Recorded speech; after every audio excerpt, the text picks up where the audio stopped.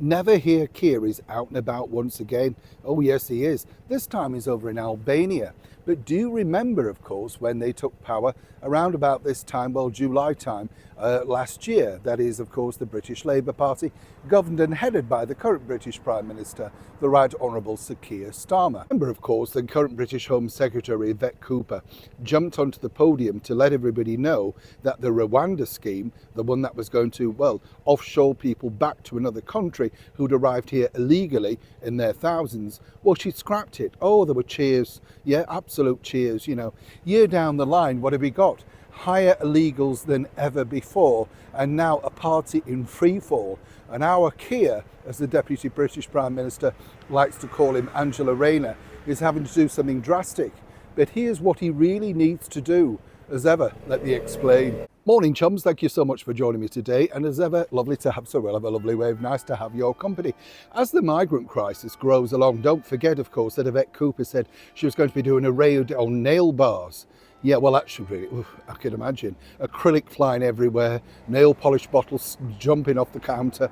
People will be terrified at that prospect. Meanwhile, of course, all those delivery drivers for Uber Eats, Deliveroo, Just Eat, seemingly they're not here really on their full visas. If you ask them and the names they give you, they are totally different as ever, allegedly. You could start by doing that, but no, that's too, well, you know, you'd have to do some work there, wouldn't you? Oh, the current British Prime Minister, Sir Keir Starmer, has decided to fly over to Albania to meet the Prime Minister there to see what they can do to stem the flow.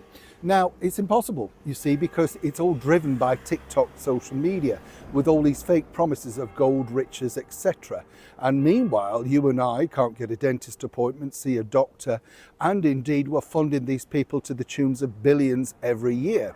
But what's interesting is Keir's realised that in fact his plan, his big plan in his shiny new suits bought for him of course by Lord Ali, with of course the tenuous new hard as nail glasses, well you see it's not working. He's losing out dramatically to the likes of the Conservative Party and the Reform Party, who've got tougher stances on immigration. So I told you the other day how he and the current Mayor of London, Sadiq Khan, have spectacularly fallen out over the hurty words apparently that Sir Keir is now stating. What's interesting as it develops even further though is Keir has to come back with a plan.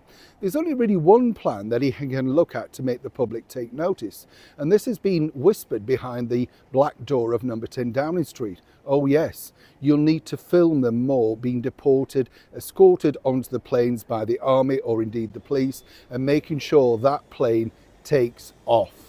Now, Sir Keir, obviously in a very delicate position, but likes the power, the prestige, and of course the historical context of which he's now fathomed in. Well, he's actually listening, yes, because he's known for flip-flopping and wants to keep the job, and certainly doesn't want to relinquish it so far to the current Deputy Prime Minister, that is Angela Rayner. But with many calls behind the scenes for him to quit, resign, go, skedaddle, whatever you want to call it, things are looking rather indelicate for Keir, and he has to do something rather dramatic. Meanwhile, the other parties pile on the pressure. But unless he actually films these people being deported, which is what he's been advised to do, well, clearly things are not looking anywhere near like that infamous slogan that they had, "We're going to smash the gangs." As I said before, Yvette Cooper clearly couldn't even smash the top of a boiled egg. Neil Sean in the very heart of London.